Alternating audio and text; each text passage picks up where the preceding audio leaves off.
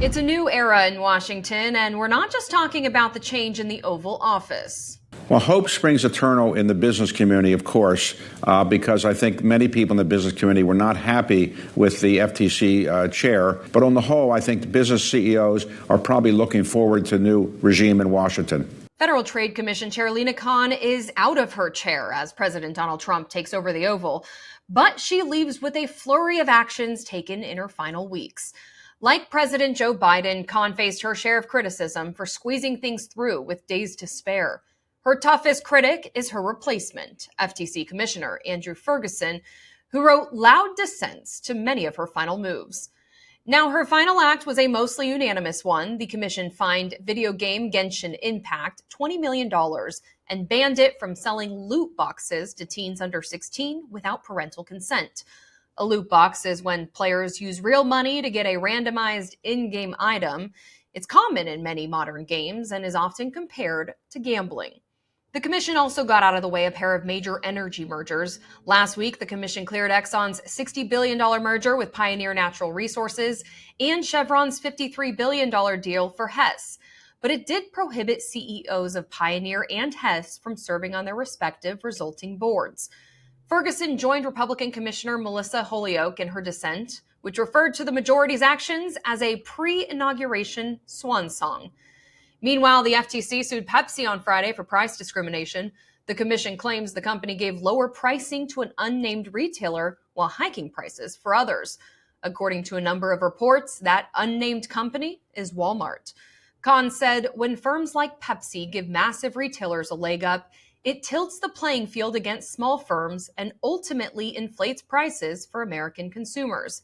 Ferguson dissented, writing, in a cynical attempt to tie the hands of the incoming Trump administration, the Democratic majority launches a major lawsuit on little more than a hunch. He also said this next lawsuit lacked evidence. The FTC, along with Illinois and Minnesota, sued John Deere. The lawsuit claims the company prevents farmers from repairing their own equipment or using independent shops.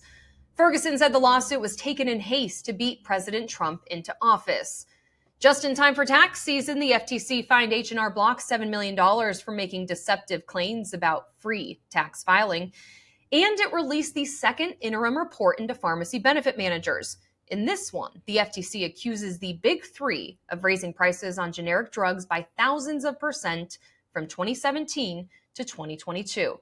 Ferguson concurred with the decision, but took issue with the timing, saying, after having already issued one rare interim report, what's one more? Were it up to me, I would have preferred the commission take the time needed to complete its work and issue a final report when it is ready to do so.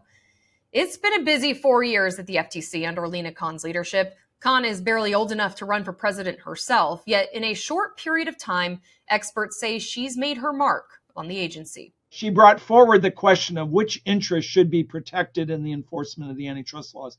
What's the correct role of antitrust law in safeguarding the interests of small and medium enterprises? Shouldn't antitrust be attuned to the effect of transactions or behavior in markets for labor? Shouldn't antitrust have a greater concern about social and political values that go beyond traditional efficiency concerns regarding price, quantity, and innovation? That change in the debate, I think, is going to endure.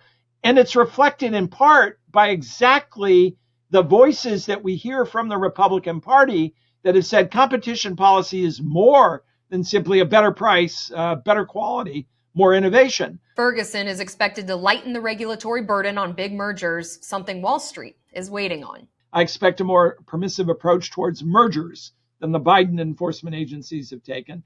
And that was one of the big irritants that even the Democratic donors expressed concern about is that the deal-making environment has been made so much more difficult. Trump picked Ferguson for his proven record of standing up to big tech censorship, while Ferguson wrote in a post, "We will end big tech's vendetta against competition and free speech." I think he's going to probably come pretty aggressively after Meta and some of the other social media companies that have, at least in his mind, in Trump's mind, a purported bias against conservatives in social media. So I expect that, and this will be no friend of Mark Zuckerberg. But in the weeks since naming Ferguson, tech billionaires like Jeff Bezos, Mark Zuckerberg, and Apple's Tim Cook have all cozied up to Trump. They even attended the president's inauguration in Washington on Monday.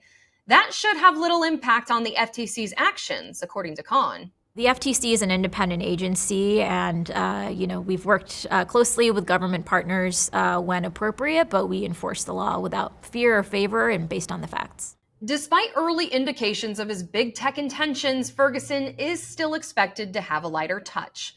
Wedbush securities analyst Dana Ives wrote in December, he will clearly roll back Khan's head-scratching anti-tech agenda, including ending efforts to regulate AI and abandoning a brutal standard for any merger of any size for the tech world. Because Ferguson is already a Senate-confirmed commissioner, he can immediately ascend to the chair. Khan can stay on as commissioner until Trump's pick for commissioner, Mark Meadow, is confirmed. The speed with which she departs the commission will depend on her own personal preferences. Does she want to stay as part of a loyal opposition, maintaining a 3-vote block that could operate to retard a rollback of her program? On a personal level, it's not enjoyable to go through that kind of demotion.